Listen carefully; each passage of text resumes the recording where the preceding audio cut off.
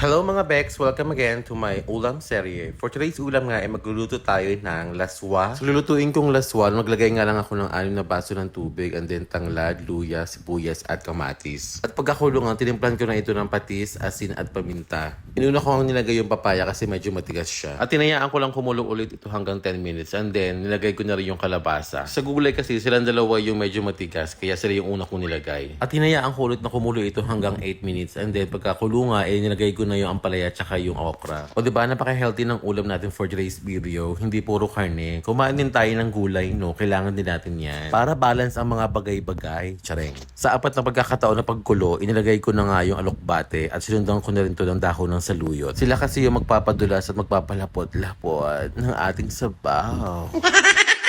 At pagkahalo ko nga ng mabuti ng mga gulay, sinunod ko na yung itong malunggay. Sa inyo, anong tawag sa lutong ito? Sa amin kasi sa Negros is laswa talaga ang tawag dito. At sa ibang part naman ng Visayas, ang tawag niya dito is lauoy. At nang malapit-lapit na nga siyang maluto, inilagay ko ng pala yung dried alamang na ibinilad at tanggaling pa sa Ecuador. Tsareng.